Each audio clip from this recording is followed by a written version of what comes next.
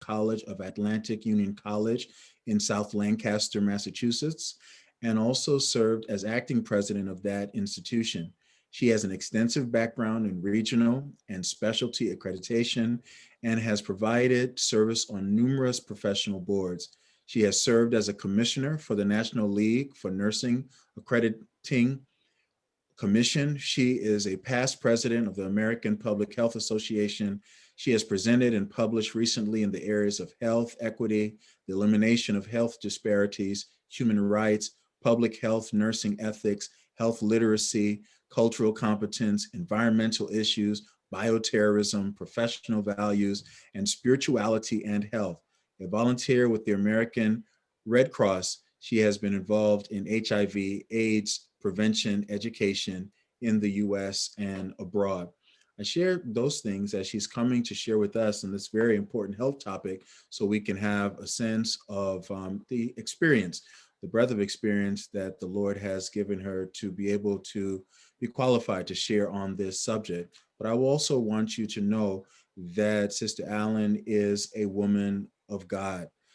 She is also a partner in ministry and has been for over 30 years with her husband, Pastor Gregory Allen, who they both shared with us last weekend with our joint convocation with the Michigan Conference. She is also a woman of warmth and hospitality.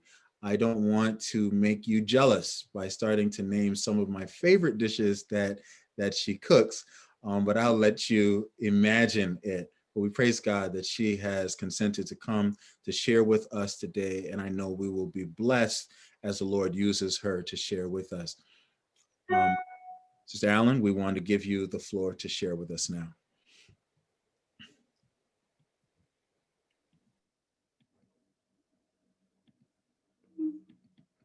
There we go.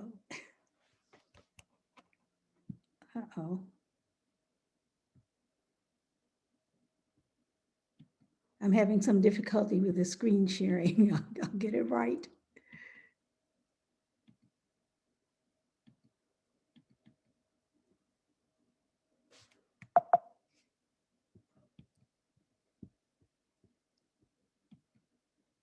Sorry about that. Sometimes I'm a little bit technologically challenged on Zoom. I want to say good afternoon, and I'm very happy to be with my City Temple Church family. Again, you remember that my husband and I came to visit you with the Nixons about a year and a half ago, I guess it is now. And so I remember that fondly.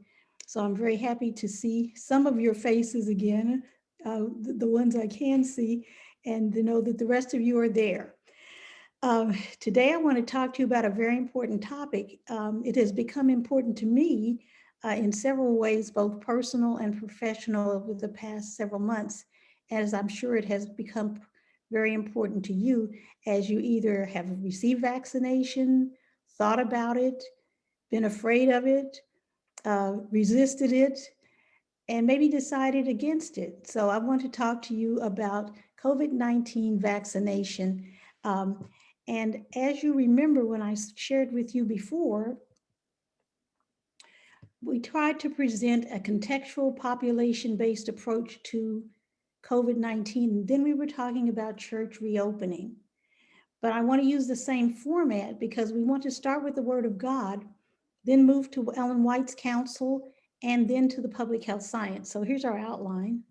We'll start with the biblical basis, Ellen White's counsel, scientific evidence. Then I'll try to address some frequently asked questions about COVID-19 vaccination, and then finally give you time for Q&A. Now, I usually talk fast, so if I'm going too fast, slow me down. But I'd like to for us to get to the end where you can ask the questions, because I'm really concerned about addressing your issues regarding COVID-19 vaccination. So let us start. First of all, those of you that remember when I came to you before and talked about church reopening, I gave a little introduction and then went into the biblical basis, and I'll try to cut that short so it's not something that's redundant, but just remind you of a few key facts. So I'm going to move pretty fast through this. So we all know that COVID-19 is the name of the disease that is caused by a virus called SARS-CoV-2, which is the virus that causes um, COVID, COVID-19. Now, there are many coronaviruses, as you know. SARS and MERS are some of the typical ones we know about, but the common cold is a coronavirus. We know that this disease was first found in Hubei province in China, in Wuhan, but we're not sure right now if this is where it really started. There's some evidence now that this may have started months before December 2019, and it might not have been caused in the way that we originally thought it was. So some studies are now ongoing to determine what actually happened and when. Most people that get the virus have just a mild or moderate respiratory course of infection, and most get well without any special treatment. But some people can have significant effects. They can have severe disease. They can have long-term disease that lasts long after the COVID has gone away. They can have long-term complications. People that have these long-term complications have now organized. They call themselves long haulers. And the World Health Organization has begun to call this syndrome long COVID. And some of these people have significant um, bodily problems that infect every one of their bodily systems.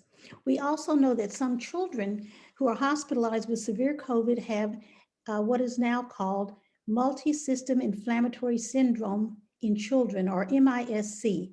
This is a rare but and sometimes fatal disease in children. It doesn't happen often, but when it does, children go into a syndrome that is similar to Kawasaki syndrome. If you remember that, it's like your inflammatory system, your immune system goes on steroids and overreacts and cause all kinds of problems. As you can see, some of the symptoms there: fever, pain, vomiting, diarrhea, headache, and as I say, it can lead to death.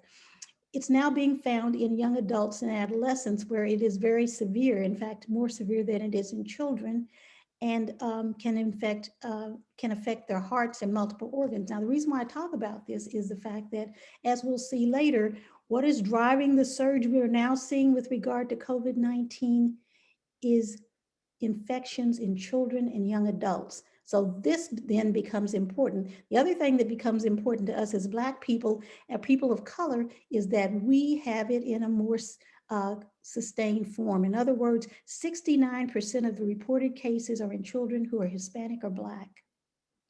So it affects our children more. And as I say, it can be very severe and lead to death.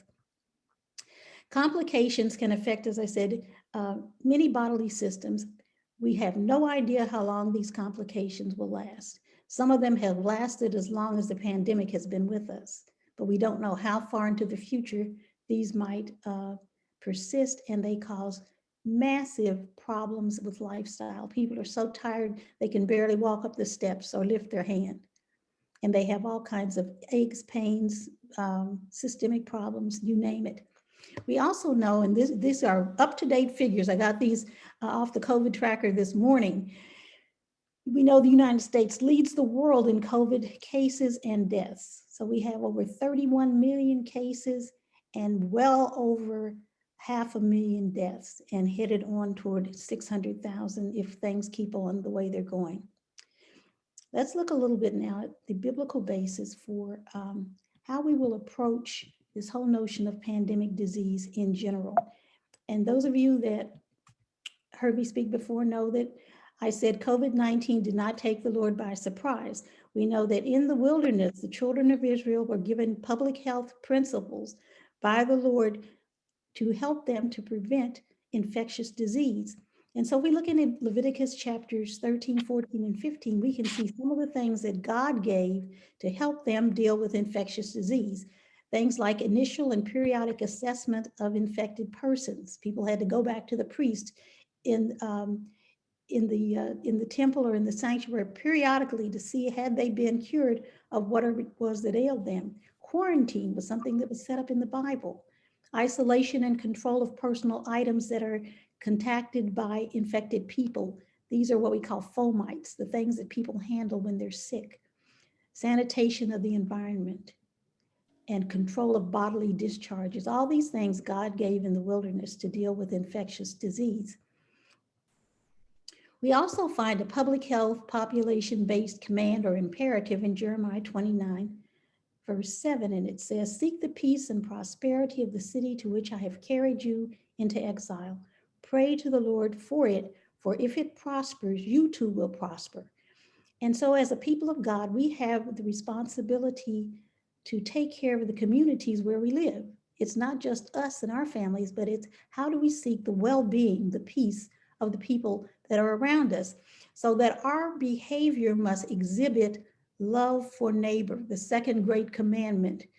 Love your neighbor as yourself. Practicing public health measures that protect the community is a form of loving our neighbors, and this should be paramount with us. We must take care to do nothing that will hinder public health efforts to slow the disease or to prevent it. The coronavirus also infects SDAs just as it does anyone else, and we're just as susceptible to severe illness and death.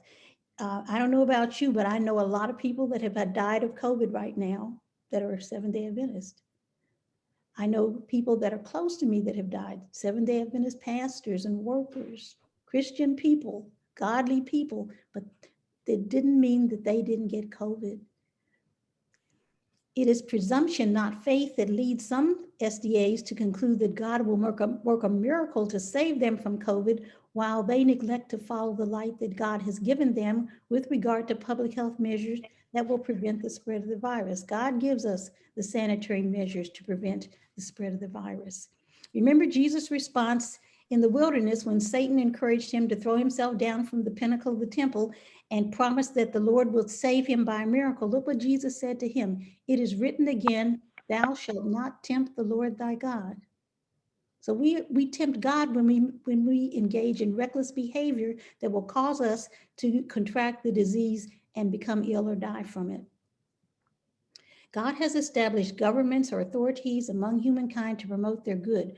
So read the 13th and 14th chapters of Romans, where Paul goes into great detail to talk about the fact that as long as the government is not doing something that is against God, we're supposed to obey the mandates of the government. So when the government tells you to wear a mask, your personal freedom does not override that. God says when we resist those who God has appointed to lead us, we will incur his judgment. We're supposed to obey the law. During the COVID-19 pandemic, public health measures such as social distancing, wearing masks, and hand washing are designed to prevent the spread of the coronavirus to the community at large.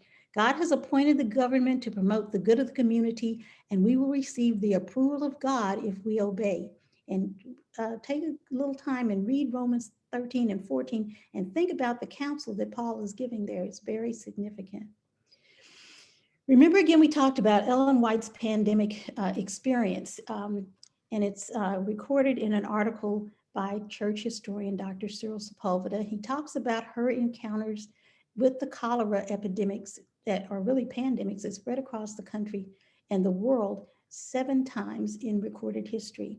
Her son was infected in the third pandemic that went from 1846 to 1860. His life was spared by the Lord in response to prayers of faith. He was miraculously healed. But in the years that followed, she studied public health science. And in the meantime, people discovered around 1850 that cholera was initiated by drinking contaminated water. So people then began to get a good picture of how they could prevent this disease. Subsequently, she studied all these things and wrote a book in 1890 called Christian Temperance and Bible Hygiene. And I'd never heard of this book until I read this article, but I went and got the book and looked at it. In the book, she uses public health science in the counsel that she gives about how to deal with cholera. She talks about environmental sanitation, in other words, keeping the food and water and the environment clean. And she quotes Lord Palmerston, who was the Premier of England, in his response to declare a day of fasting during a cholera outbreak that came around that time. Some Scottish pastors came to him and said, We're facing a cholera pandemic, and we want you to declare a day of prayer and fasting to prevent this from happening to us. And look at what she quotes Lord Palmerston as saying: cleanse and disinfect your streets and houses, promote cleanliness and health among the poor, and see that they are plentifully supplied with good food and raiment, and employ right sanitary measures generally. And you will have no occasion to fast and pray, nor will the Lord hear your prayers while these, his preventives, remain unheeded. So in the 1850s, when the cause of the cholera was unknown, she relied on faith and prayer. But in the 1890s, she encouraged believers to fight the disease with the God-given knowledge that had been provided to them. So let's go quickly to the scientific evidence. And some of this, again, is review. You remember at the beginning of the pandemic, we said people that were most likely to get serious illness related to COVID-19 were people who were over 65, lived in nursing homes or long-term care facilities, had weakened immune systems, and had underlying medical conditions. And these groups are still at risk if they're unvaccinated. However, since the vaccine rollout that started in December of 2020 and was really accelerated by Biden's administration starting in January of 2021, we have seen some amazing results, and I'll talk to you about them later. So that now things have changed in regard to who are the groups most affected. But the sad story is African Americans still have lower life expectancy than any other groups. We are affected by disparities in COVID outcome, including the severity of the infections and deaths. And this is compounded by disparities in what we call the social determinants of health, which are stacked against people of color based on their race. So socioeconomic status, income, education, all these things play a part in making us more susceptible than the general population. So that we are at greater risk of contracting the disease, being denied testing, experiencing greater severity of disease, being less likely to have access to a ventilator if it's needed, and in fact of dying. This is still the reality. But now we find that people of color are also more likely to experience disparities in access to the vaccines. So if we look at it across the country since the rollout, there's a consistent pattern across all the states of Black and Hispanic people receiving smaller shares of the vaccine compared to their shares of cases and deaths and compared to their shares in the total population. Asian people fare a little bit better in some places, but not every place.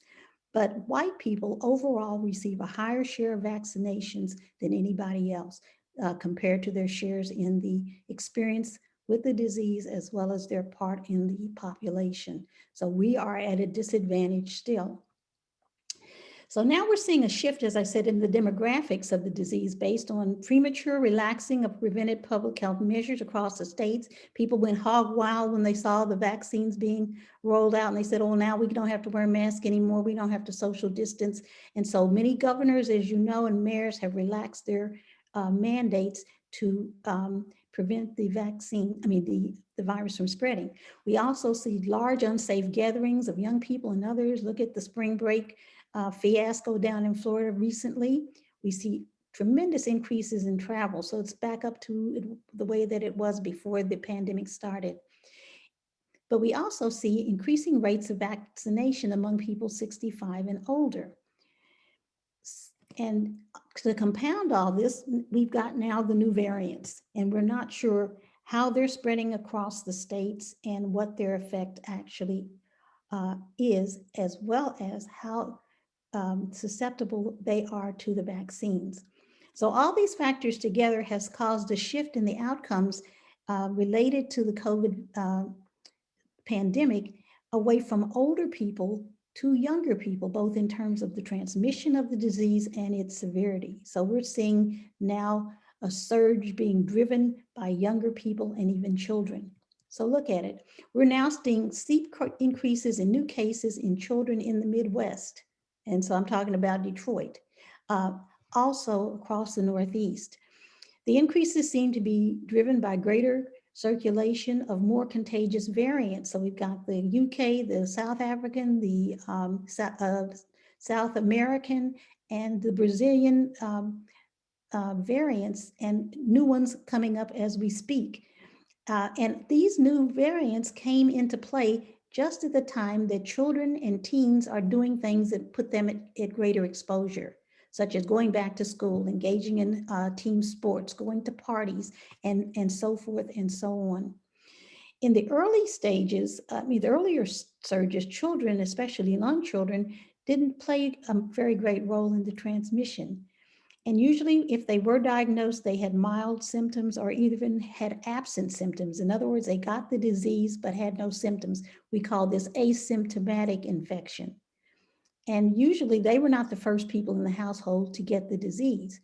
But now, as more of the variants have begun to dominate and more of our senior population has been protected by having the vaccines, and we'll talk about that a little bit later, we're seeing a change in this pattern. So it may be that we're going to see a spread of the COVID pandemic that is more like the spread of influenza. In other words, it starts with children who are infected first, who then take it home to their parents. And this is what we are thinking to see based on what's going on right now. In Michigan, many schools reopened and team sports were resumed, just as the new variant B117, which is the UK variant, began to spread widely. Now we see new cases arising among all groups in the state, but especially among children ages 10 to 19 for the first time. Over the past month, incidence in this age group has more than doubled in the state of Michigan. Cases among younger children and infants through 9-year-olds are also going up and increasing more than 230%. That is phenomenal. That's terrible. Since the 19th of February. In January and February, COVID hospitalizations in Michigan were less than 1,000 per day. One day this past week, there were 2,558 people hospitalized in the state of Michigan. So look at that jump. 150% jump. About half the adults age 65 and older have been vaccinated fully in Michigan. So this has led to a dramatic drop in the cases and hospitalizations among the seniors. And as we know, these are the people at highest risk for death. So this is a good thing, but it doesn't do anything to help us with our children and youth who are being infected at a great rate. A few months ago, public health experts began a warning of a fourth surge of COVID-19 that was driven by all those factors that we talked about before. People began to warn. I don't know if you saw Rochelle Walensky, who is the director of the CDC, that came on the news about a week and a half ago in tears, almost begging people not to relax their preventive measures. She said, "I'm speaking as a wife and a mother because I'm so afraid people are going to die." And in fact, they've started to die. Thousands of cases of the B117 strain, that's UK variant, were reported across the states, and people fear that we will not get enough people vaccinated to try to fight against this variant before things really take hold. This is a more contagious strain of the disease than the original SARS-CoV-2 that started the pandemic. So it's spreading faster, and it's spreading in a population where contagion is much more likely, the young people. Large numbers in the Midwest have been ill and have been hospitalized. CDC has reported over 11,500 cases of this variant, but the number is actually much higher because one of the things we have not done when we do testing is to see what strain we're dealing with. In other words, this is called genomic sequencing. So the sequencing hasn't been done. So when we just say, well, we had a case of COVID, we don't say whether it was the original COVID, the UK strain, whatever. And that has put us at a disadvantage in knowing really exactly how much the new variants have spread. Only in Florida, we see a higher number of what we know are the B117 cases than in Michigan. So Michigan is in a big trouble. COVID outbreaks in a prison in Ionia County have fueled the surge, also increases in travel. And the state has already given more than 4 million vaccine doses, but people are fearing, officials are fearing that unless we do something to combat the spread of the disease, all these gains we've made in vaccination could be reversed, and we'll see rising numbers of cases. While the vaccination levels in Michigan for those 65 and over are pretty much like the overall vaccination rates across the country, The rates in Detroit are much lower. So if we look at the age group 65 to 74, only 43% of them have been vaccinated in Detroit. 39% for those 75 years and older. These rates are even lower among Blacks, with only 28% of people above 65 being vaccinated. Overall, Michigan has administered first doses only to about a quarter of its total population. You know, this is everybody, not just those 65 and over. And that number falls to 15% in Detroit, so we're nowhere near protected. As of Friday, April 1, Michigan led the nation in the coronavirus surge with the highest daily new virus cases, infection rates, and positive test rates. So now the state is considered at a high risk level. Key metrics that are used to decide whether or not to reopen, and I know this is a question that probably is coming up with you, what are used to decide whether or not churches should be reopened or restrictions should be relaxed, are called the key metrics, and they're all moving in the wrong direction. Such things as the positive test rate, which has gone up from 3.2% to 5.66% in 3 weeks. Daily new cases, which is now up to 1,795, the highest in 7 weeks. And hospitalizations, which is a very significant metric. It's rising slowly, but it's something that needs to be watched. We also need to watch inpatient in critical care units, inpatient rates, and that number has increased from 186 on February 25th to 278 on March 15th, and ventilator use is also up.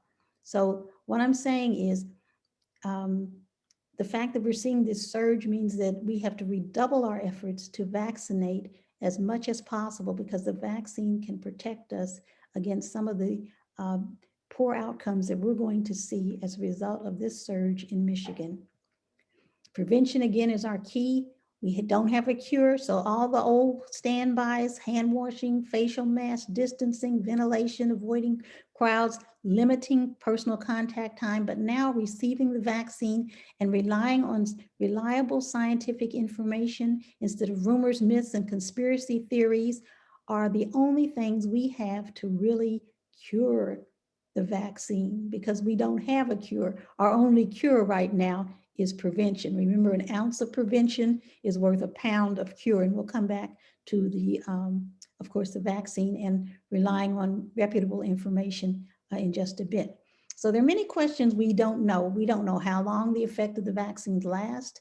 We don't know if there are any long-term effects and what they are.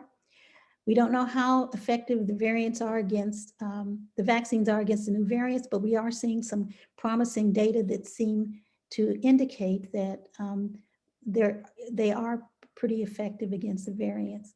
We don't know if vaccines can stop the transmission of virus. In other words, if I get vaccinated, does the vaccine mean that I'm not transmitting it to you, or does it just protect me? And do fully vaccinated people have fewer asymptomatic infections? So what do we know about the vaccines? We know that there have been dramatic improvements in older populations that have been vaccinated. Since the vaccination started being rolled out in December, nursing homes have seen a 96% decline in new cases. That is amazing. That's tremendous. By March 7, the country's nursing homes saw the lowest number of weekly COVID cases and deaths since we started counting. By that same day, virus-related deaths in nursing homes were down by 91%. And remember, this used to be the population where deaths were the highest. Now they're down 91%. Having a sister who lives in an assisted living facility who's now fully vaccinated, this was music to my ears. We also know that the Pfizer-BioNTech and the Moderna vaccines are safe and effective in pregnant women and breastfeeding women. This just came out from the American Journal of Obstetrics and Gynecology that studied women and found no significant side effects in women that were pregnant and breastfeeding. It also found that mothers can pass the antibodies to their newborns, so it protects the newborn babies. Future studies are needed to determine when women should get vaccinated in the pregnancy and whether or not the Johnson & Johnson and AstraZeneca vaccines are effective in protecting unborn children and their mothers and babies that are lactating. Also, Pfizer-BioNTech appears to be 100% effective in preventing cases of the South African with variant. No serious side effects in a 6-month study that was done in South Africa on over 44,000 participants. New clinical trials also showed that Pfizer's vaccine elicits 100% efficacy and robust antibody responses in adolescents from 12 to 15. This came out last week, and this trial had 2,260 participants. And we know that studies are now ongoing to even test it down as far as 6 months or even 3 months to see if the vaccines are effective. Moderna is testing its vaccines in adolescents. They have a trial going on of 3,000 adolescents that started in December.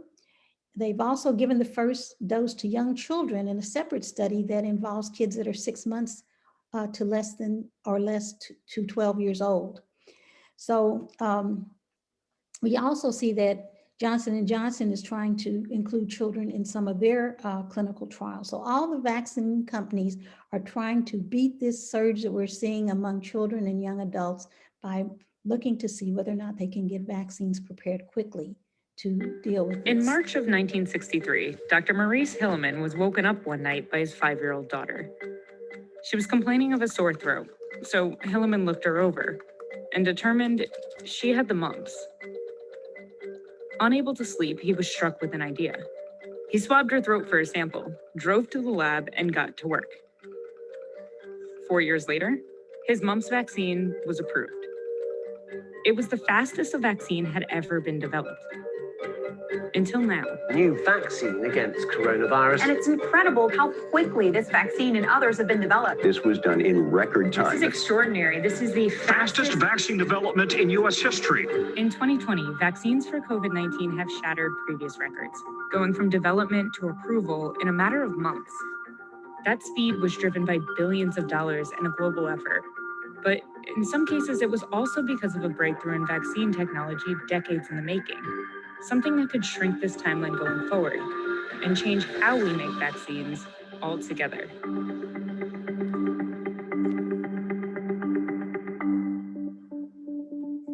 Vaccines teach your immune system how to respond to a threat, and traditionally, there have been 4 ways to do this.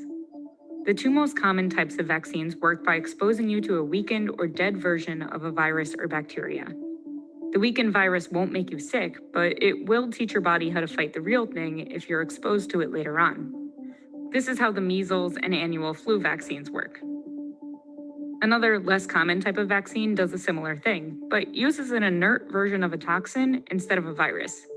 The most well-known version of this is probably the tetanus shot.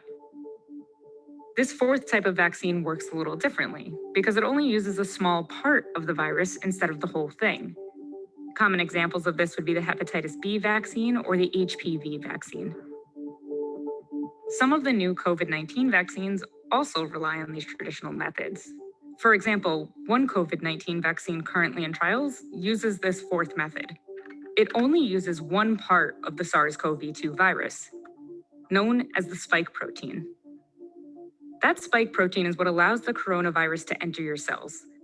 When injected into your body on its own, it's harmless, but your body will still recognize it as a foreign threat and launch an immune response to fight it off, which is enough to teach your body how to fight the whole virus. But isolating and preparing that spike protein for a vaccine is a process. Researchers first had to modify it, then multiply it a lot, and then assemble the vaccine itself in a lab. In fact, one thing that all 4 of these types of vaccines have in common is that they all require growing and transporting large amounts of live pathogens in a lab. And that takes a lot of time. The vaccine goes through many steps before it can be approved. But before anything else, it has to be developed. And working with live pathogens makes that process a lot longer. On average, it takes 5 to 10 years for a vaccine to reach FDA approval in the United States. Most COVID-19 vaccines have gotten through this process a lot faster by overlapping the different phases of human trials and starting the manufacturing early. But some vaccines have also found a groundbreaking way to speed up this first section by shifting some of the work out of the lab and into your body. Nearly every function in the human body is carried out by proteins, so our cells are constantly manufacturing them. To do that, they make a single-stranded copy of DNA. That copy is called messenger RNA, or mRNA. Each strand of mRNA holds the information on how to make one type of protein.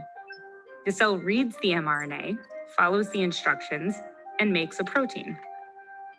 And that's where these two new types of vaccines come in. They contain instructions. Researchers who developed these new types of vaccines, called mRNA vaccines, started with the genetic sequence of the virus. They also decided to focus on the spike protein we talked about earlier. But instead of assembling and purifying that protein in a lab, they identified the part of the genetic sequence that creates it, and then took a much faster route by synthesizing mRNA and using that as the vaccine, which saved months of time and money. Once inside the body, the cell reads the mRNA and begins to make harmless spike proteins of its own. From there, your body's immune system recognizes the foreign threat and sounds the alarm. This is how the new COVID-19 vaccines from Pfizer and BioNTech and Moderna work. But the main drawback with an mRNA vaccine is that mRNA breaks down very easily. It has to be delivered inside a protective fatty barrier and kept ultra cold, which isn't super ideal for a vaccine that needs to reach all areas of the globe. Another effective new to consumer kind of vaccine works similarly, but uses DNA instead of mRNA, which is much more stable. The COVID-19 vaccines from AstraZeneca and Johnson & Johnson are this type. It doesn't require the ultra-cold conditions, but it does have its own drawbacks. To get the DNA into your cells, researchers use a harmless virus as a carrier. But over time, your body will build resistance to that virus, which means future doses using this carrier will become less and less effective, and the carrier will need to be updated. But in terms of efficacy, cost, and speed, these two new types of vaccines have broken records. These new vaccines are a groundbreaking way to elicit an immune response. And while they'll have a big impact on how we fight COVID-19, their real impact is just beginning. A vaccine that delivers specific instructions to your body opens up a whole new world of vaccine technologies and disease treatments for things like cancer or HIV. Finding the vaccine was a turning point for the pandemic. But the pandemic might also be a turning point for vaccines.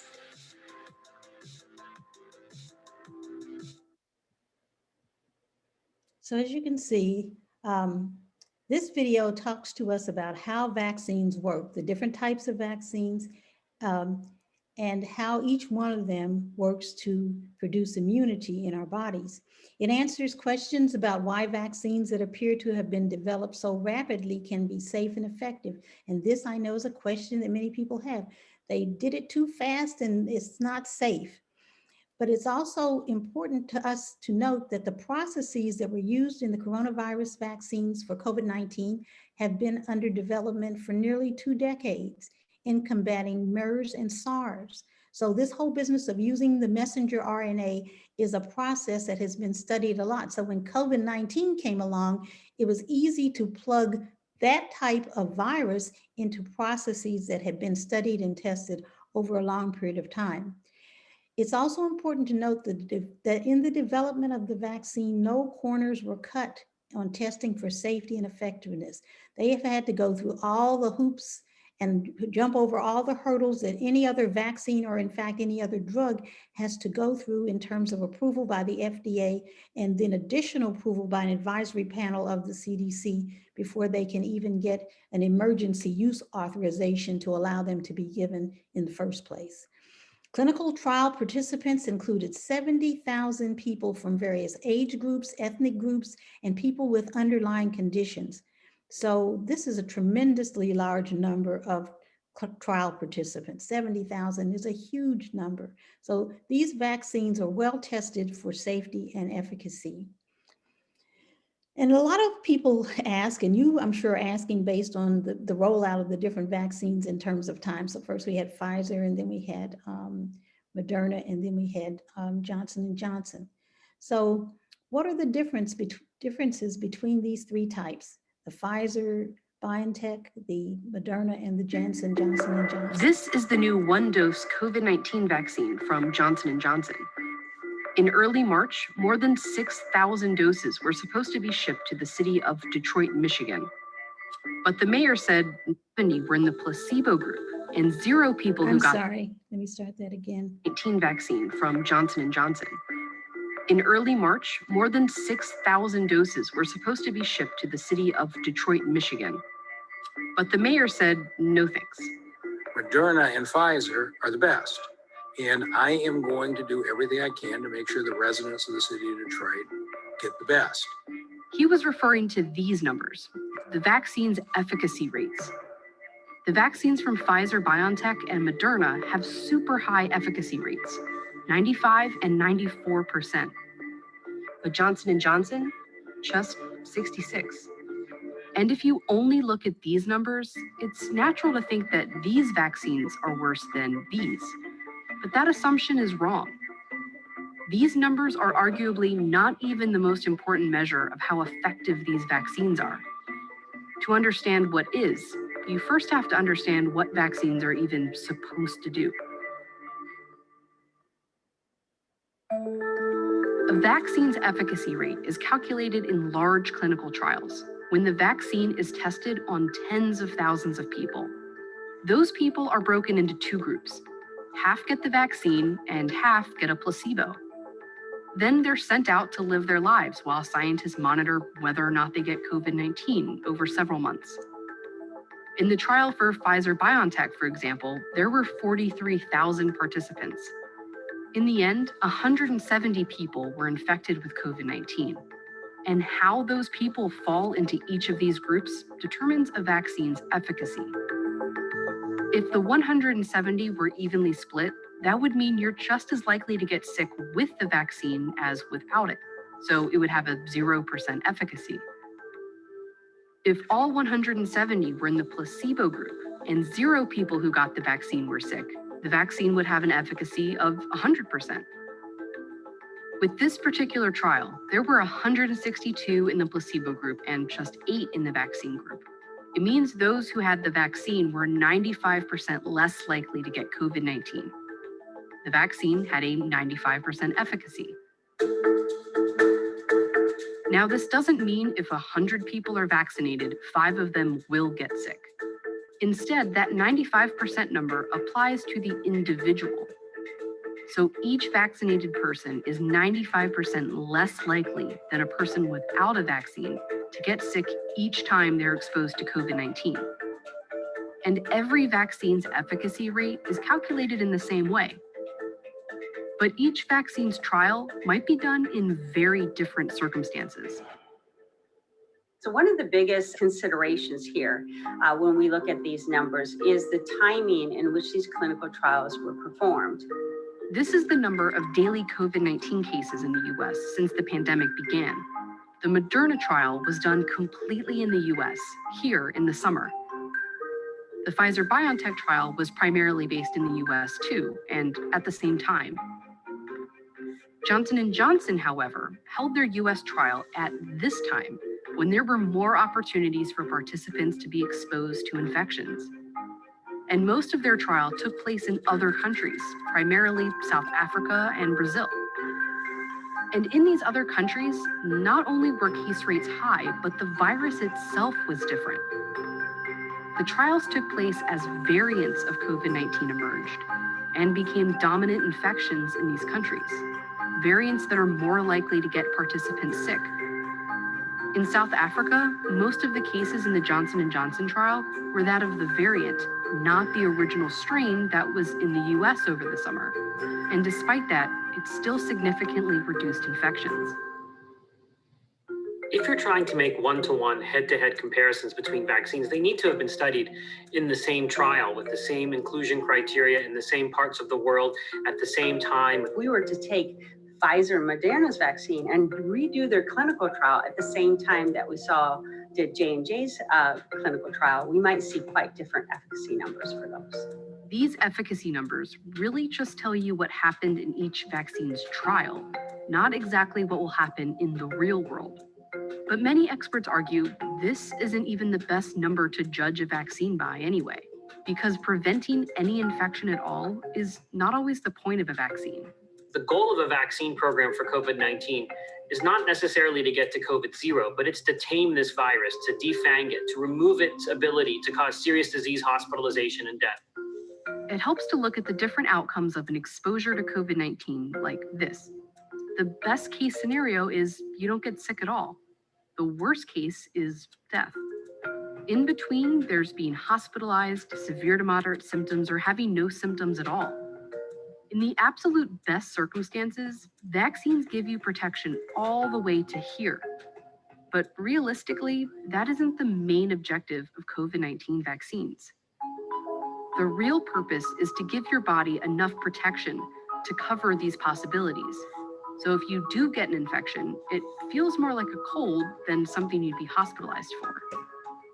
And this is one thing that every one of these COVID-19 vaccines do well.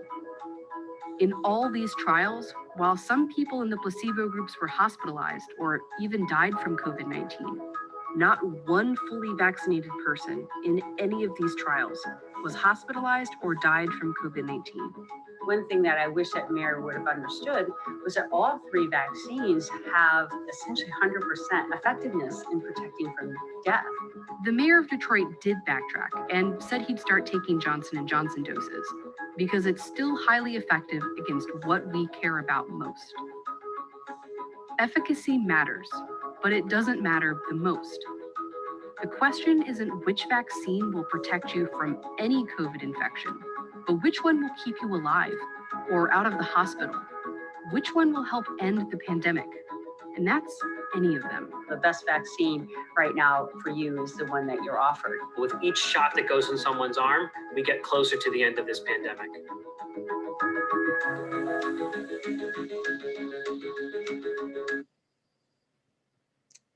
So we see that none of the vaccines can totally prevent you from getting infected, but they substantially reduce your risk of severe illness, hospitalization, and death if you are infected.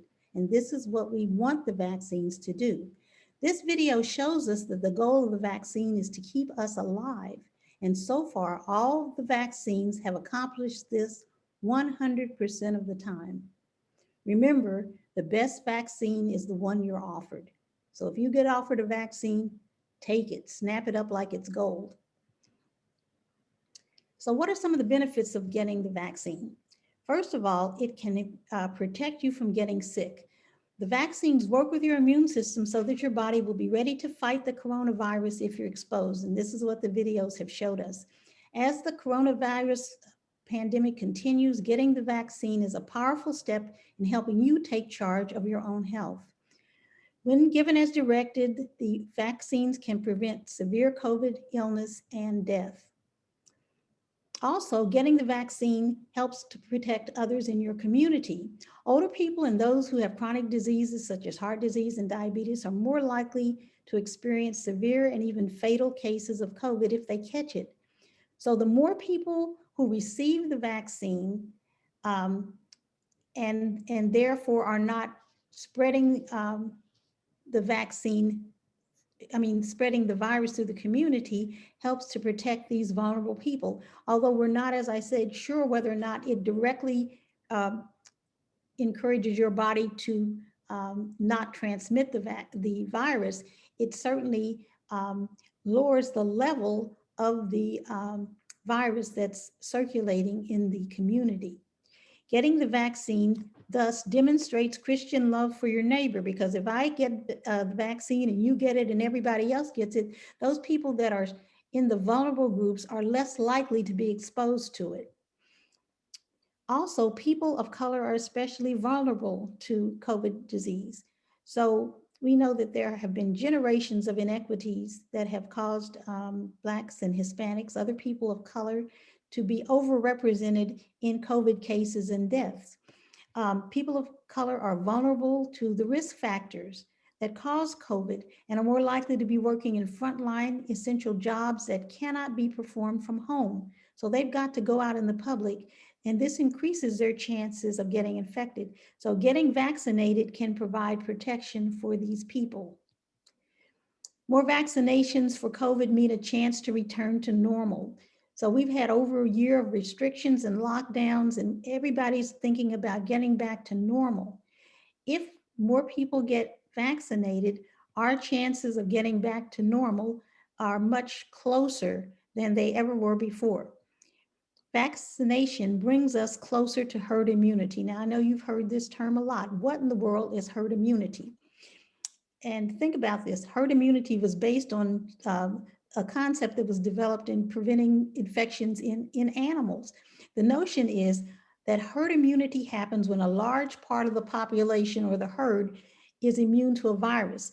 And you can develop immunity in two ways: by getting a vaccine or by having the disease and thus acquiring what is called a natural immunity to the disease.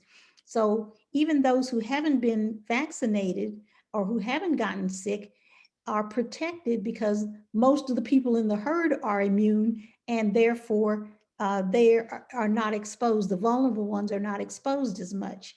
Herd immunity depends on the contagiousness of a disease. So diseases that spread more rapidly and much more easily, such as measles, require a higher number of immune individuals in a community to reach herd immunity. So for example, measles requires 95% of the population to be immune. In other words, 95% herd immunity, because it's so contagious. And this means the remaining 5% of people are thus protected against getting the measles. For polio, the threshold for herd immunity is about 80%. The proportion of people that need to be rendered immune from the COVID pandemic are ranging anywhere from 50 to 85%. Dr. Fauci, the last time I heard him talk about this, said that he thinks the best number is somewhere between 70 to 85% of people in the community being immunized, either naturally or through vaccines. So here's some frequently asked questions. I'm trying to dispel some of the myths, and then we'll talk some about the specific myths. Are there valid reasons for vaccine hesitancy? Yes, there are. Vaccine hesitancy is recognized as one of the top 10 threats to global health by the World Health Organization. Vaccine hesitancy is when I am afraid or hesitant to receive the vaccine and therefore resistant to getting it. And why I say yes, there are valid reasons, especially for us as people of color, is the many instances of terrible examples of when we have been poorly treated with regard to healthcare in this country.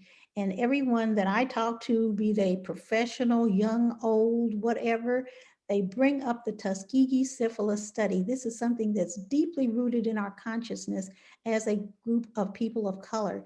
This was a 40-year experiment that lasted from the 1930s to the 1970s, in which Black men in Alabama who had already contracted syphilis were misled about the nature of the research and forced to suffer from untreated syphilis all those years, despite the fact that during the course of this study, which lasted 40 years, penicillin was developed.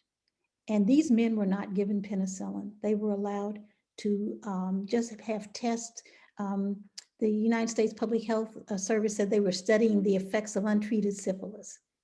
And so in a terribly unethical study, they allowed these men to persist. And of course, many of them died or got second stage syphilis, tertiary syphilis, and had terrible outcomes. But in spite of looking at this and saying, oh, well, this happened in the past, we know that even in the present day, there are many problems with the interaction of people of color with the healthcare system. So we get inadequate care, and we get lack of health insurance, we get unequal access to treatment, we get unequal access to pain medication. You can go on down the line. So there's some present problems. And so, yes, there's some reasons for us to be hesitant. However, think about this. The subjects in the syphilis study were not given anything that was harmful to their health. On the other hand, they were in fact given nothing that was effective in treating them. They were not given penicillin, which was withheld from them, which could have cured their syphilis. And to me, and I say this to you in all seriousness, what a shame it would be that if in this present situation, we withheld from ourselves the very treatment that would not only help us as individuals, but also our communities, which is the coronavirus vaccine. We're doing the syphilis study on ourselves if we are resistant to getting something that's going to help us. We can gain some confidence from the knowledge that one of the people that was very instrumental in developing the Moderna vaccine was a Black woman scientist, Dr. Kizzmekia Corbett, who works at the National Institutes of Health. And so there have been other Black people that are involved in the development of these vaccines. So that should give us a little bit of confidence. Another question that's often asked is, will the vaccine change my DNA? No, it will not. And this is something that's out there circulating. It will not change your DNA. The mRNA vaccines never enter the nucleus of the cell where your DNA is stored. Remember, they work on the outer part of the cell of the virus, coronavirus cell on the spike protein. So they do not have to enter the cell to do anything to prevent the vaccine. They work to prevent the virus. They work on the outer part of the vaccine, the virus. So after the mRNA, the messenger RNA has done its work in instructing your cell how to produce antibodies against the virus, the mRNA is broken down and permanently expelled from your body. It doesn't stay in your body, so it in no way changes your DNA. The Johnson & Johnson vaccine, on the other hand, is an adenovirus or viral vector vaccine, and always, in terms of any of the vaccines, none of them alter your DNA. So viral vector vaccines don't enter into your DNA and change it in any way. So it's not going to make you something different. In fact, your DNA is changing all the time just by simple things you do in living. So your DNA is not something that's static from birth. And certainly these vaccines are not doing anything to your DNA. Another good question, will the vaccine give me COVID-19? Because they do not contain live viruses, the vaccines cannot give you COVID-19. Now, the side effects that you get, many people say, oh, I've got the virus, I got the vaccine and now I had this terrible reaction. My body is telling me that I've got the virus. No, your body's telling you that the vaccine is working. The side effects that you see are signs that your immune system is learning to fight against COVID-19. So no, you cannot get it from the vaccine. However, remember the vaccines are only at best 94 to 95% effective. So every time you're exposed, you have a 94 or 95% chance of actually getting the virus. The vaccine didn't cause it, but yes, you got it.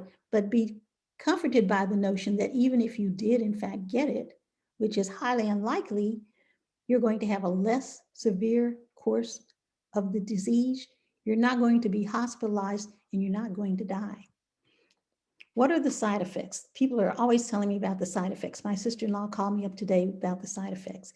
They are temporary and they don't mean that you're sick. Common effects are pain and redness in the injected arm, tiredness, headache, muscle pain, chills, fever, nausea, and everyone has a different experience. So don't let somebody scare you off from getting the vaccine by them telling you how terrible they felt the second day.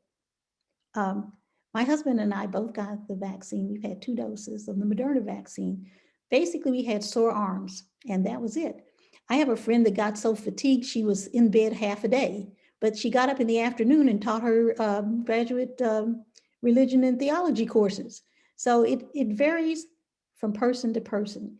So don't let anyone scare you off by telling you, oh, I got so cold or I got a headache or whatever. It will pass. Most of them only last 2 days at most, and some even less than that. They are a sign, as I said, that your body is learning to fight against the coronavirus. If you don't have any side effects, this doesn't mean that your body's not fighting. Some people have no side effects at all, but they're okay. they have a different response. What we found is people that are 55 years and younger sometimes have stronger side effects than older people. This is because their younger bodies have stronger immune systems and they react more vigorously to the vaccine than an older person. But again, all these variants are just variants. They're just different ways people respond to the vaccines, and all of them are okay because they are not long lasting. They pass away after 1 or 2 days. What happens in an allergic reaction? Some people say, oh, I've heard people had an allergic reaction to the vaccine and died. This is not true. An immediate allergic reaction can happen from anything that you take, from penicillin, from food.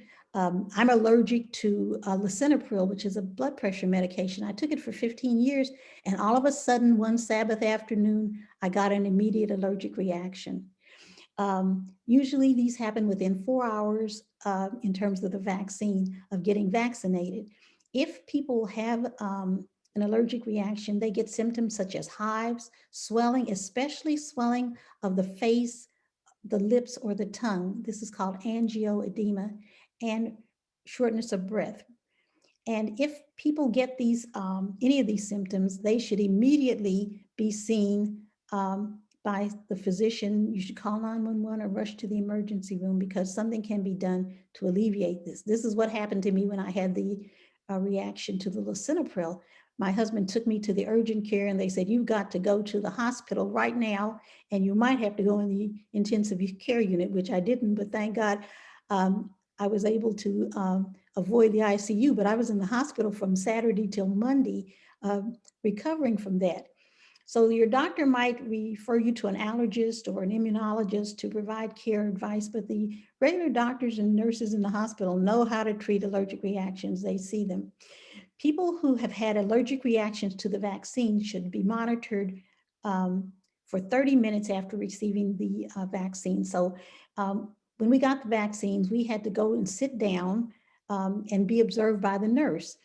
If you have had no allergic reactions to vaccines, you should be observed for at least 15 minutes.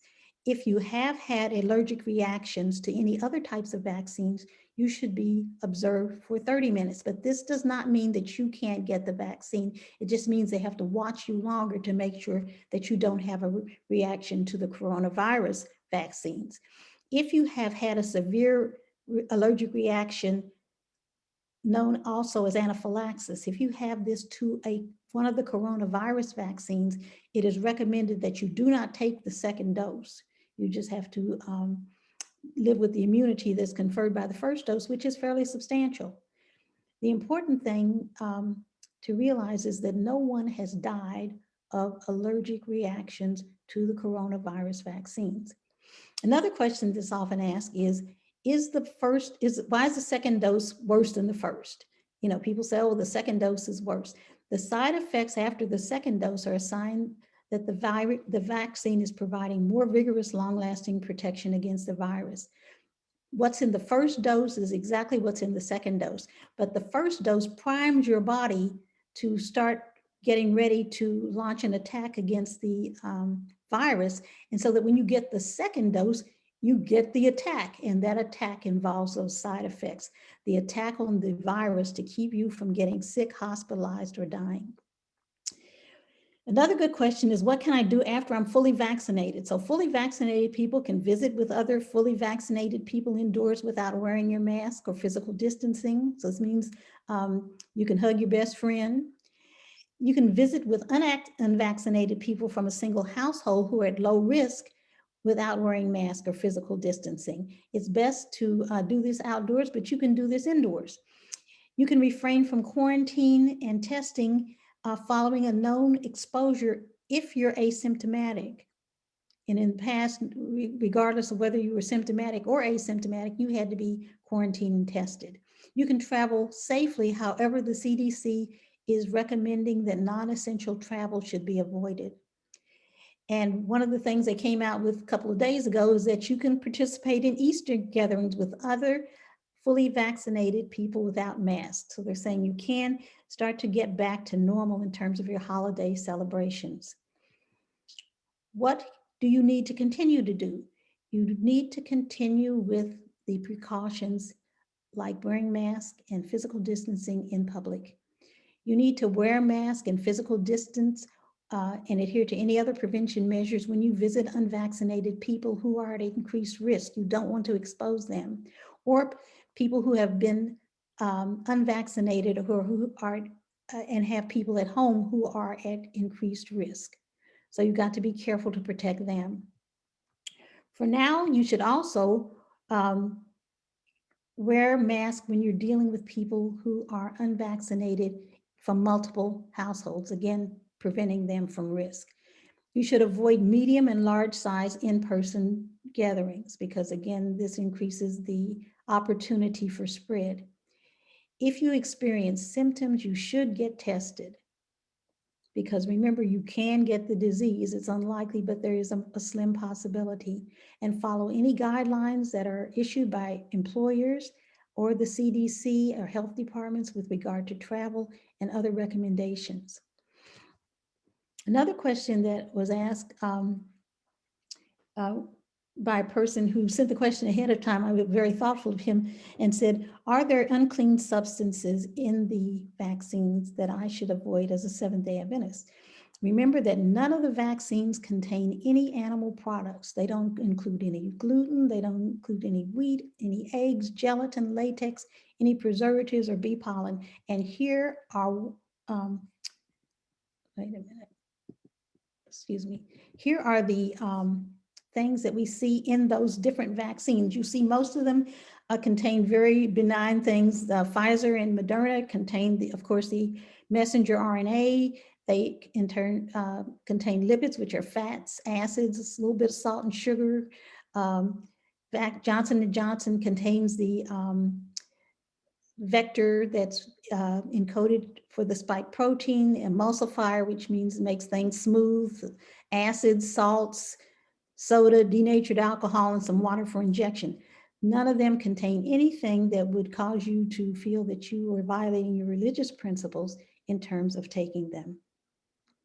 Are the vaccines dangerous or even fatal?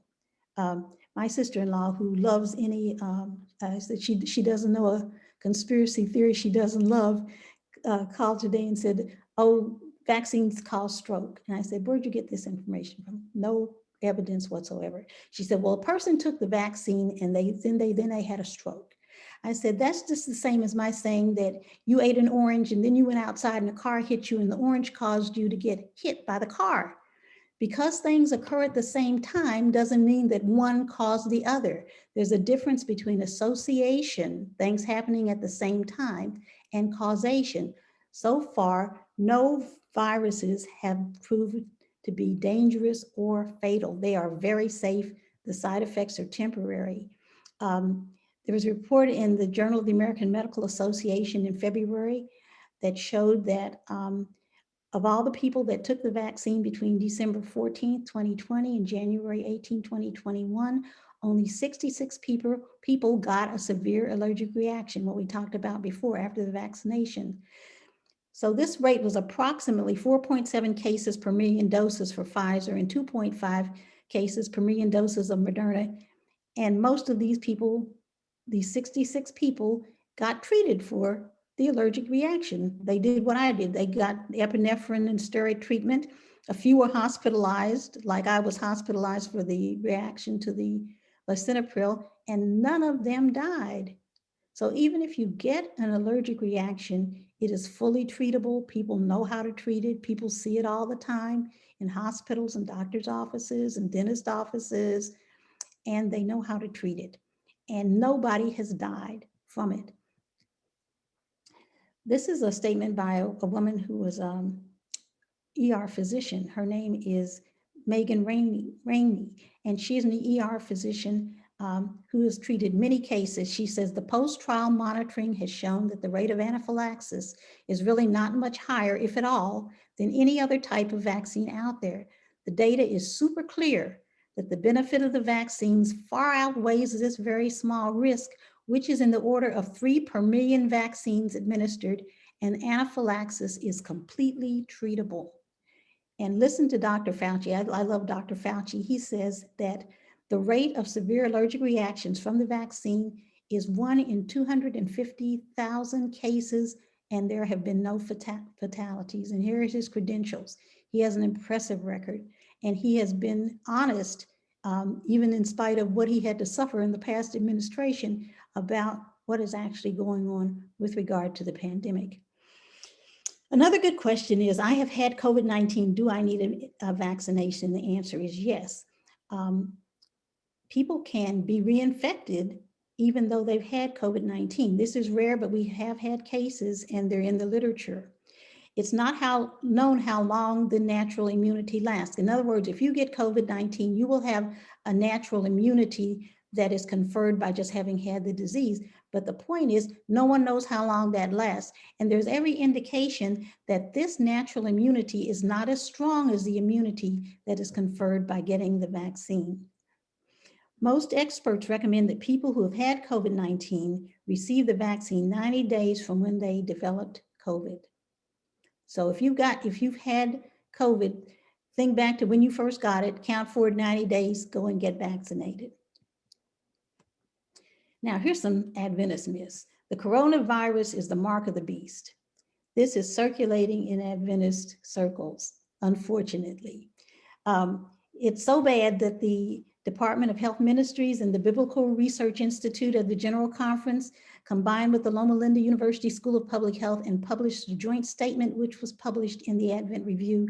And the information on how to reach this is at the bottom of the page, and you'll get this, this PowerPoint. Look it up if you don't believe me.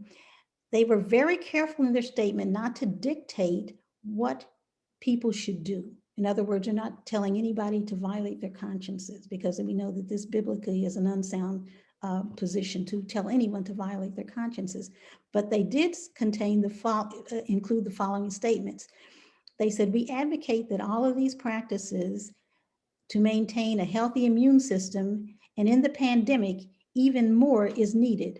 Ellen White was not only an inspired conduit of health information, much ahead of her time, but she modeled practical prevention in the face of the lethal disease in her era, which was smallpox, and took the immunization herself. She was immunized for smallpox, as did those close to her. Today, smallpox has been globally eradicated, and it has been eradicated through vaccination. The coronavirus is the mark of the beast continued. Here is more of what they said. The global upheaval caused by the COVID-19 pandemic has generated considerable speculations related to end-time events and misinterpretations of the Bible. One recent view promulgated through social media and some internet websites has put forward the theory that the upcoming vaccines produced to combat COVID-19 belong to a process of control that will lead to the application of the mark of the beast. Now look what they say. For this reason, it should be made clear that Seventh-day Adventists understand the mark of the beast not to be a literal mark, but a sign of allegiance that identifies the bearer as loyal to the power represented by the beast. The corona vaccine cannot make you, in your mind, change your loyalty from God to the beast. You've got to make that decision. The vaccine can't do it to you. Speculations such as these bring the word of God into disrepute and cause confusion among sincere but less informed believers. Using the introduction of a vaccine to stir up an eschatological scenario of spiritual and cosmic proportions, or to oppose it on the basis of a faulty interpretation of Scripture, only distracts sincere believers from the real prophetic issues and the Adventist Church's commitment to proclaim the gospel. This is a strong statement, and I urge you to read it. Here's another one. The Lord will protect SDAs from the pandemic, even if they do not practice public health preventive measures, such as wearing masks, social distancing, and being vaccinated. And remember, as I said before, Adventists get it just like anybody else, and it's presumption to think that I can do risky things and expect the Lord to save me by a miracle. This is not trusting in the Lord as we should. Here's another big one, not only among Adventists, but others. Microchips have been inserted into the vaccine that will make SDAs easy to track during the time of trouble. In other words, they're going to put something in you that they can read electronically and find you when you're fleeing during the time of trouble. In fact, the vaccines do not contain microchips. The vaccine can't be used to track you or to get your personal information or to put anything about you into a database. Microchips, in fact, play no role at all in any aspects of the development, the distribution, the testing of the vaccines. And here's the worst, and this is true. You may not believe it, but this was truly witnessed by an Adventist who's a relative of a good friend of mine.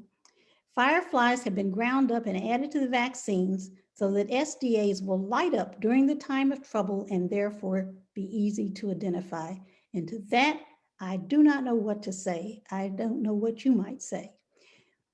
So what do I do in terms of making a decision about getting the vaccine? First of all, do your research. Then take time to ask questions and learn all you can from reliable sources. And I'm talking about well-known national and international public health and medical organizations like the CDC, the World Health Organization, the National Institutes of Health, Johns Hopkins University, Children's Hospital of Philadelphia, National Geographic, and the list goes on, Mayo Clinic, of reputable sources. Make sure that the experts you listen to are experts in public health science and or infectious disease medicine, like Dr. Anthony Fauci, Dr. Rochelle Walensky, the director of CDC, Dr. Marcela Nunez-Smith, who's the director of the Equity Research and Innovation Center and head of President Biden's Task Force on Health Equity. She's an African-American woman. You might have seen her. She speaks frequently on the news channels.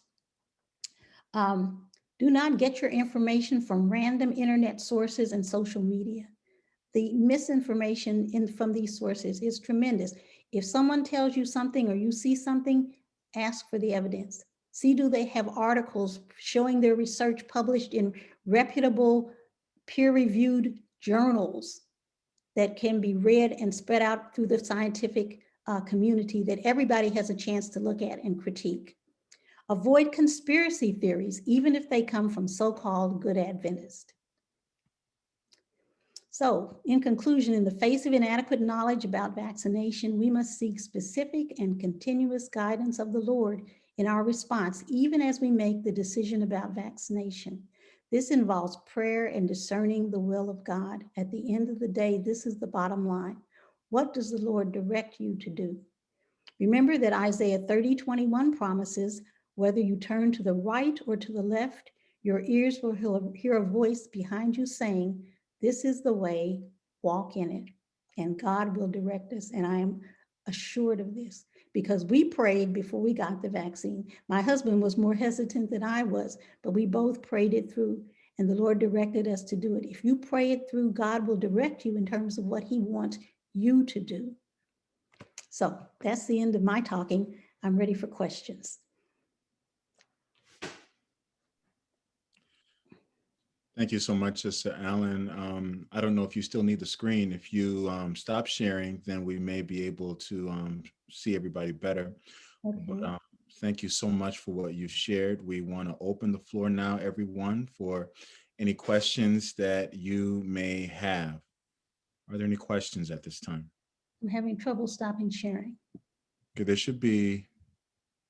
Oh. Close that. Okay, I did it for you. Great, okay.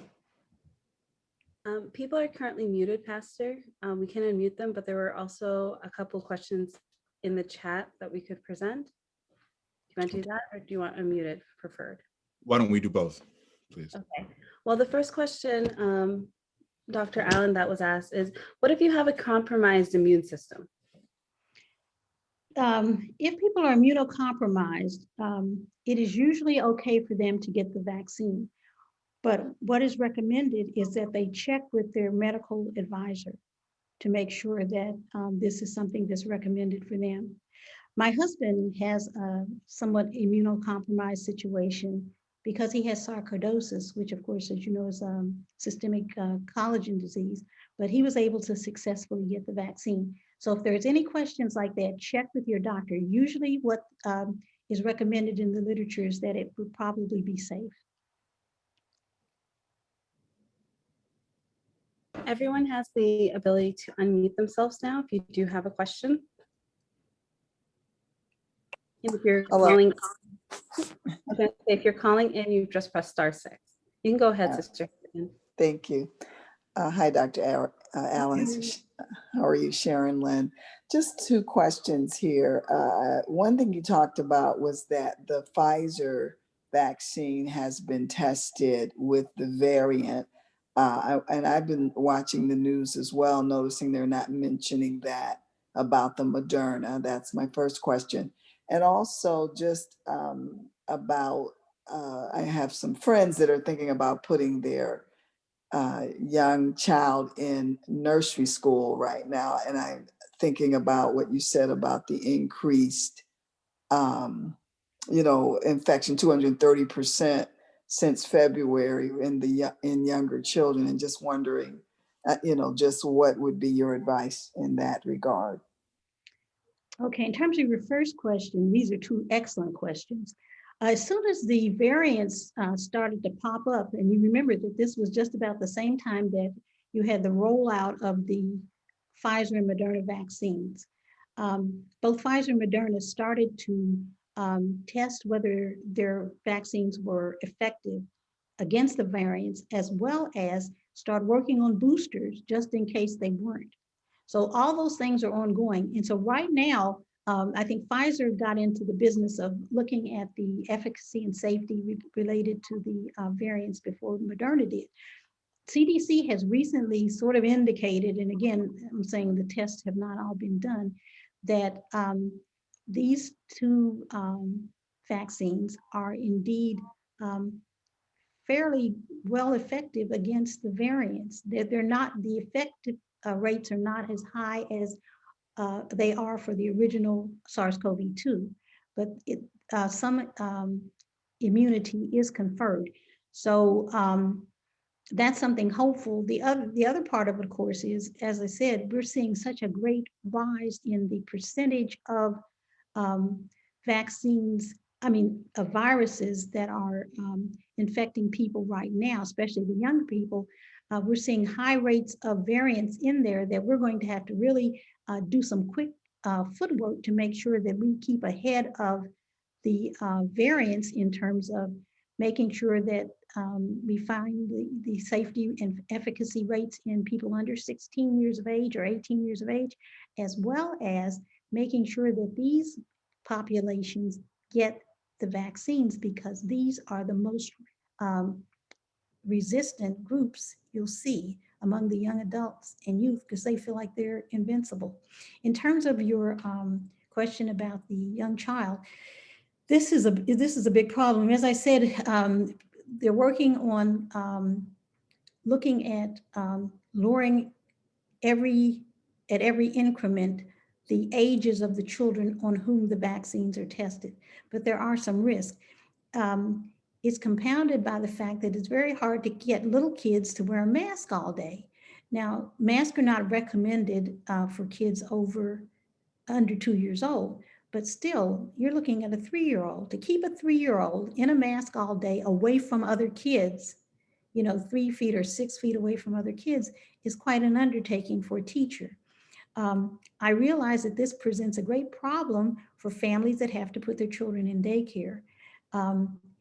I would say have the family look at all their options and see which are the options that are the safest in terms of the childcare, or that they can render the safest.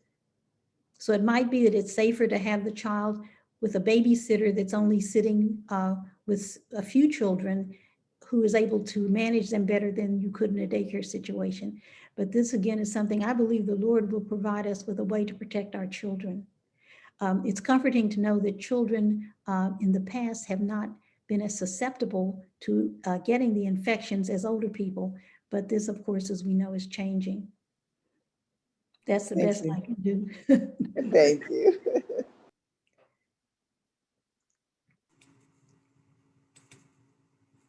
Do we have any other questions? Yes, I have a question. Married. I have been vaccinated, but how long, doctor,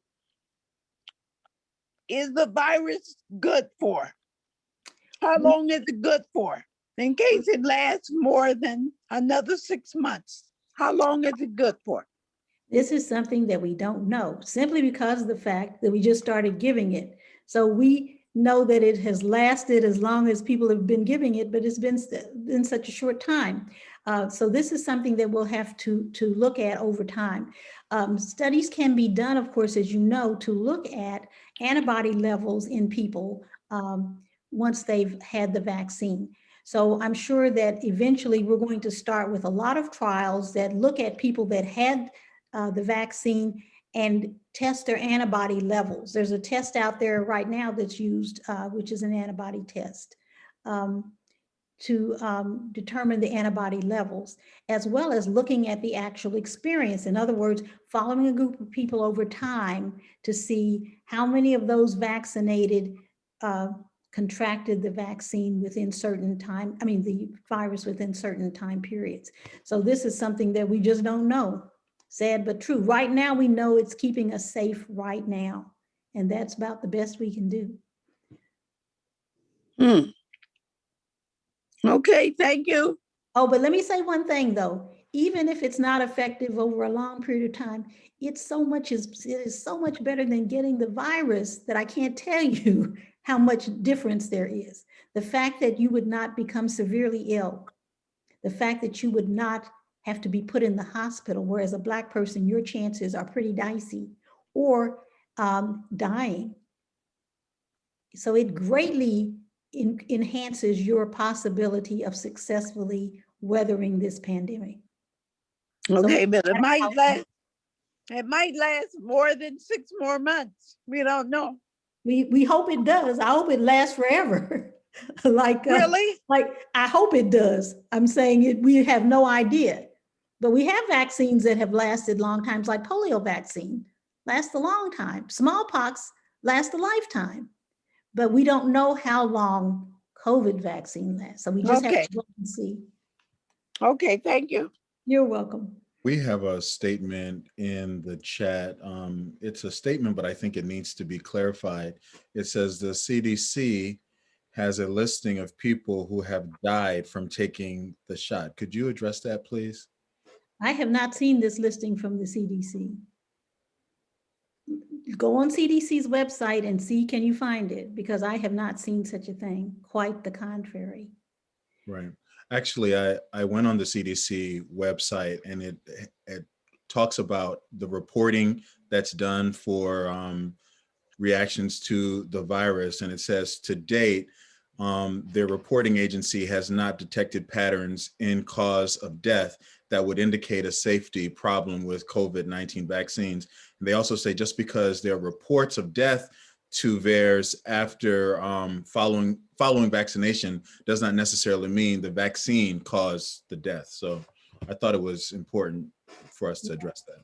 And, we talked about this. This is an important clarification. There's a difference between association, as I said, and causation. So my sister-in-law, as I said, who loves every conspiracy theory, told me at the beginning of the pandemic that if you wore a mask, it would cut down your oxygen concentration and you would die. And she said she knew about a woman who wore a mask and had a wreck and died. Now, the fact that the woman wore a mask does not mean that that's why she had the wreck. And there's no evidence to show that. She couldn't give me any evidence. In fact, she couldn't even tell me the woman's name. So the fact that people die all the time. But the fact that they die alongside getting the vaccine does not mean the vaccine caused their death.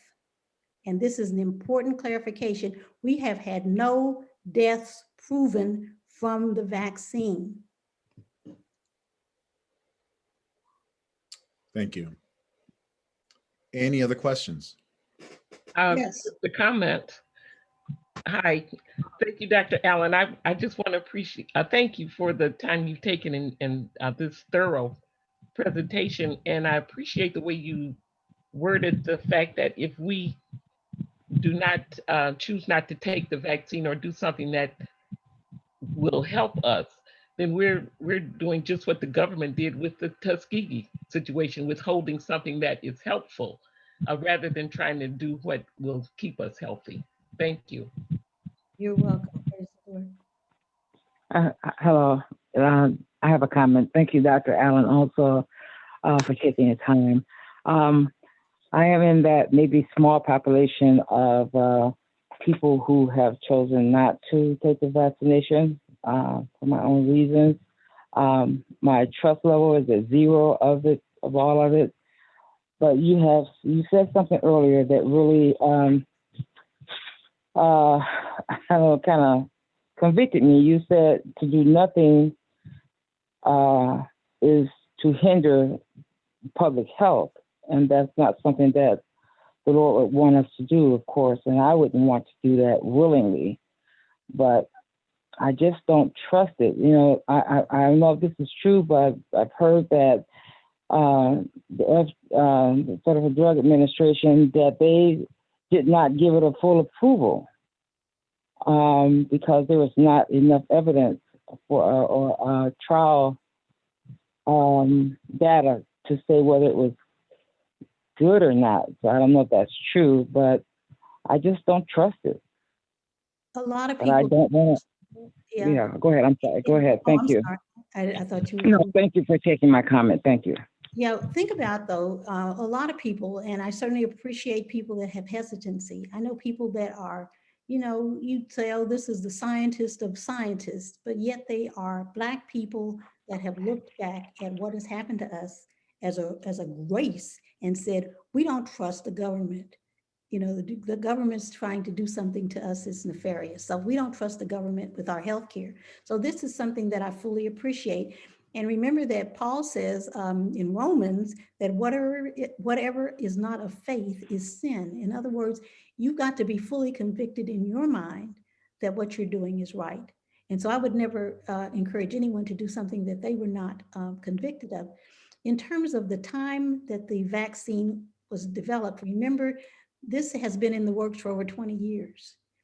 The approval that the vaccinations for COVID have gone through have been just as rigorous as the approval for any other drug or vaccine that we take, like the flu vaccine, the tetanus vaccine, the polio vaccine.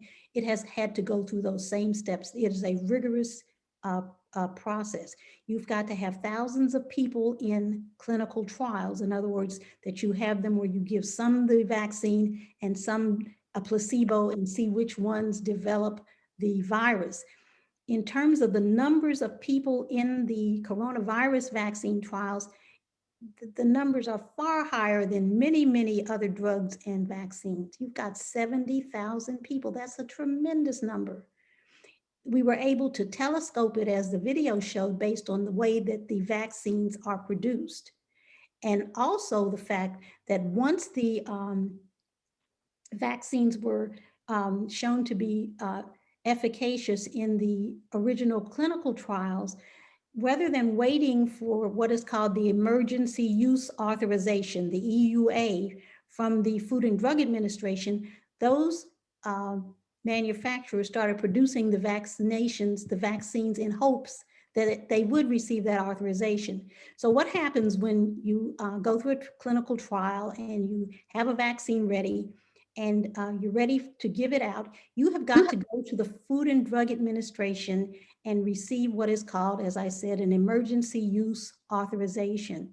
This allows you to be able to give the vaccine immediately. In order to get that, you have to go through numerous panels, rigorous scientific panels that look at the data, that look at your clinical trials, that look at your results. And then once you get that from the Federal Food and Drug Administration, you've got to go to the CDC, to an advisory panel, and go through that whole process again. All the coronavirus vaccines have gone through that rigorous process. No shortcuts have happened. It's been just the same as any other drug. So as far as they're being tested and approved and authorized, you cannot give the vaccine unless it's authorized. Now, once you have given the vaccine over time using that emergency use authorization, further studies will be done, and then you will get the full approval. But every vaccine goes through this process. You have to start out with a preliminary authorization, actually give it in real time, and then get the full approval. And no shortcuts have been done. But as I say, in terms of your own decision-making, this is something that you and the Lord have got to work out between you. And I totally respect that process. I have a question. Please go ahead, Sister Joseph. Oh, okay. My brother experienced the Guillain-Barré syndrome after getting the flu vaccination. Mm-hmm. And of course, our genes are close. So what does that mean? Vary with the COVID vaccine? Okay, remember that Guillain-Barré syndrome is very similar like to polio that can lead to respiratory problems and whatever. And apparently there have been some cases of Guillain-Barré syndrome related to influenza vaccine. So if you look at the incidence of that over time, over the years, because we do the flu vaccine again every year, depending on what strains of the flu that they choose to include in the vaccine, there is a risk of Guillain-Barré, and it's a minimal risk. I mean, it's like 1 or 2 cases per million doses. The flu vaccine and the coronavirus vaccine are not alike in any way. So that just because there's Guillain-Barré associated with flu vaccine does not mean that Guillain-Barré is associated with coronavirus vaccine. So that should not be a problem of your not being able to take it. Also remember that people's susceptibility to reactions to vaccines or even medications vary even in families, even though they're genetically similar. So that I have 3 older sisters and a cousin who all went into anaphylactic shock from taking penicillin. I have taken penicillin for years and not had anaphylactic shock. So even though I'm genetically similar to them, doesn't mean that I'm genetically identical to them. So you should not have to fear Guillain-Barré from taking the coronavirus vaccine. Okay, because I will not take, I'm on dialysis, okay? Mm-hmm. I'm the person that asked the question about the immune system, okay? Mm-hmm. But I will not take a flu shot, a pneumonia, any of them. I deny all vaccinations. Mm-hmm. So I'm just really concerned about this. And like I said, I have a compromised immune system. So yeah, I mean, I don't know what. And this is a situation where I say it's really important for you to talk to the doctor and say, here are all the risk factors that I have, and let's look at what is my best course. And if say, for instance, your physician said, oh no, you shouldn't take the vaccine. If we get enough people vaccinated around you, you should be protected by their vaccinations. In other words, this is the so-called herd immunity, that if enough people don't carry the virus, then even though you haven't been vaccinated, you are protected. But again, it's important for you to do things that will prevent you from contracting the virus, such as hand washing, social distancing, mask wearing, and the whole 9 yards. But I would say definitely speak to your doctor and don't do anything that you feel uncomfortable with. Okay, thank you very much. I really appreciate this discussion. It's very informative. Thank you. You're welcome. I have a question, if I could ask Dr. Allen. This is Deborah Spates' mom, your former student. Oh, yes. How are you? I'm great. How are you? Wonderful to hear from you. Yes. I have a question in regards to an article I read. I have suffered with trigeminal neuralgia for almost 20 years. And I read the article that says that is one of the effects, or, you may have they associated with COVID. And I'm thinking I had this, for forever, and it's still miserable. I have the pain, the facial pain, the nerve disorders, everything in my face. and I'm trying to match it with COVID. I don't see a relation. Can you tell me how those are related? Trigeminal neuralgia can have various causes. There are some people that initially said that people that got COVID got Bell's palsy as a side effect, and apparently this has some credence. It's hard to know what is the root cause of the trigeminal neuralgia. People have had neurological problems as a result of COVID. So people that have long COVID, for example, one of the complications that they see is, excuse me, a variety of neurological problems, but it would be impossible to say whether what you're experiencing has anything to do with COVID or not. And for that, you'd probably have to check with the neurologist and look at the timing of when you got it and the whole 9 yards to see whether or not COVID has any underlying causation there for the neuralgia. Okay, thank you. Okay, at this time, we're going to start to turn the bend to wrap up. We do have a program that's starting at 5, so we want to take any final questions that you may have now before we share with you a couple of announcements and pray to be dismissed.